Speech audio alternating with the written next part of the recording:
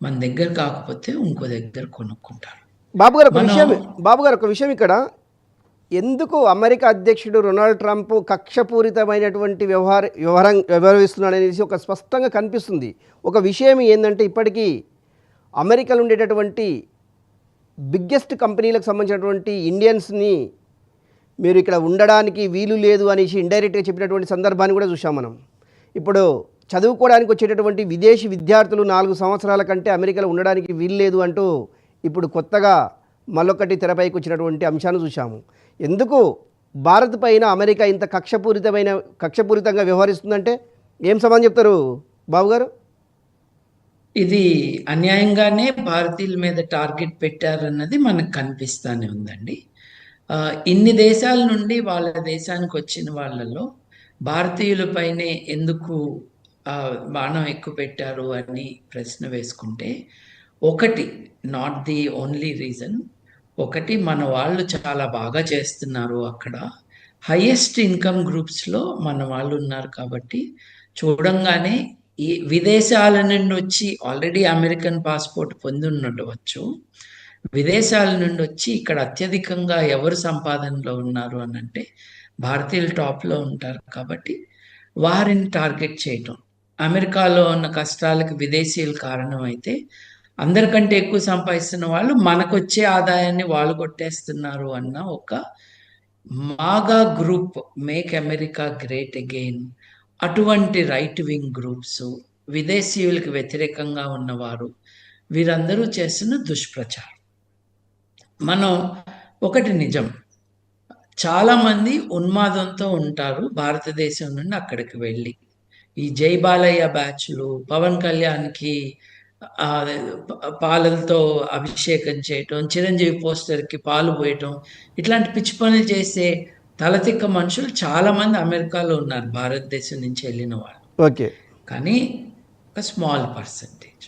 మిగతా వాళ్ళందరూ ఇంజనీర్లు, డాక్టర్లు, professionals, academics, high degree, masters and PhD level చదువులు చేసిన వారు వాళ్ళ పనులు వాళ్ళు చేసుకుంటూ గుమ్మనంగా ఉంటే, ఈ పనికిరాని జాతి ఏదైతే ఉందో అల్లరి జాతి, అక్కడ ఒక రాజకీయ పార్టీకి బ్రాంచ్గా పెట్టడము, భారతదేశంలో రాజకీయ పార్టీకి అమెరికాలో పెడతావు, నీకు ఓటు కూడా ఉండదు అక్కడ. ఇట్లాంటి చిల్లర పనులు చేస్తూ ఉన్నప్పుడు మనల్ని అందరూ గమనిస్తున్నారు. ఒకటేమో అసూయ మన పైన, రెండోది మనం అంటే చిరాకు. నేను భారతదేశమే విశ్వగురు అని ప్రధానమంత్రితో సహా అందరూ చెప్పుకుంటున్నారు గప్పాలు. అవును, విశ్వగురు అంటే ఎందుకు అని అంటే మాకు సరస్వతి మాకు దేవత అని చెప్తున్నారు కదండి. చదువుల తల్లి సరస్వతి ఉన్న దేశంలో 24% మంది నిరక్షరాస్యులు ఉన్నారన్న మాట మర్చిపోతే ఎట్లా? 24% అంటే ఎంతమంది? ఓ 30 కోట్ల మంది, 35 కోట్ల మంది మొత్తం అమెరికా జనాభా. దాదాపు అమెరికా జనాభా అంత జనం చదువు రాని వాళ్ళు మన దేశంలో ఉన్నారు. నేను విశ్వగురువు అని మాట్లాడటం, విమానం మీరు తయారు చేశారా? మీకంటే 10,000 సంవత్సరాల క్రితం మేమే చేసాము విమానం అని చెప్పడం. మీరు అంతరిక్షంలోకి వెళ్ళారా?